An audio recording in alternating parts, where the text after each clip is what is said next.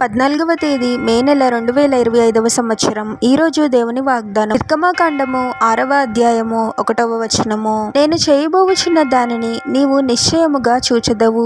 సహోదరి సహోదరులారా, ఇశ్రాయేలు ప్రజలను ఐగుప్తు రాజైన ఫరో ఎంతగానో ఇబ్బంది పెడుతూ వారితో వెట్టి చాకిరి చేపిస్తూ ఉంటాడు. ఇశ్రాయేలు ప్రజలు పడుతున్న బాధలను ప్రభు చూసి వారి యొక్క మొరను వింటాడు. వారిని కరుణించాలి అని, ఐగుప్తు రాజైన ఫరో బానిసత్వం నుండి విడిపించాలి అని ప్రభు నిర్ణయించుకొని ఫరో దగ్గరకు మోషేను పంపిస్తాడు. మోషే ఫరో దగ్గరకు వెళ్లి ఇశ్రాయేలు ప్రజలకు దాస్యత్వం నుండి విడుదల కలిగించమని, వాగ్దాన భూమికి వారిని వెళ్ళనివ్వమని మోషే ఫరోని అడుగుతాడు. కానీ ఫరో కఠిన హృదయుడు. ఇశ్రాయేలు ప్రజలను ఐగుప్తు నుండి వెళ్ళనివ్వడు. ఫరో రాజు ఇశ్రాయేలు ప్రజలను ఐగుప్తు నుండి వెళ్ళనివ్వటం లేదు అని ప్రభువునకు చెప్పినప్పుడు ప్రభు పలికిన మాట ఇది: నేను చేయబోచున్న దానిని నీవు నిశ్చయముగా చూచెదవు అని.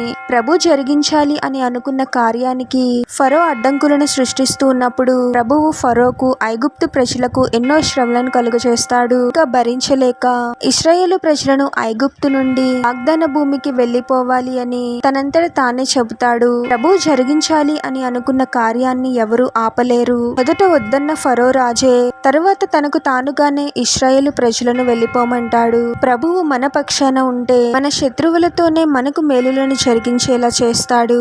ఎటువంటి పరిస్థితినైనా అద్భుతముగా మార్చి ఎన్నో గొప్ప కార్యాలను మన జీవితాలలో జరిగిస్తాడు. ఈ సమస్య నుండి మీకు విడుదల కలగకుండా మనుషులు ఏవైనా అడ్డంకులు సృష్టిస్తూ ఉన్నారేమో, మీరు అభివృద్ధి చెందకుండా ఉండాలి అని వారు ఎన్నో ప్రయత్నాలు చేస్తూ ఉన్నారేమో. ప్రభు అంటూ ఉన్నాడు, నేను చేయబోచున్న దానిని నీవు నిశ్చయముగా చూచెదవు అని. మీకు వ్యతిరేకంగా పరిస్థితులు ఉన్నా ప్రభువునందు విశ్వాసాన్ని కలిగి ఉండండి. తగిన సమయంలో ఖచ్చితంగా ప్రభు జరిగించే అద్భుతాలను మీరు కల్లారా చూస్తారు. ప్రార్థన.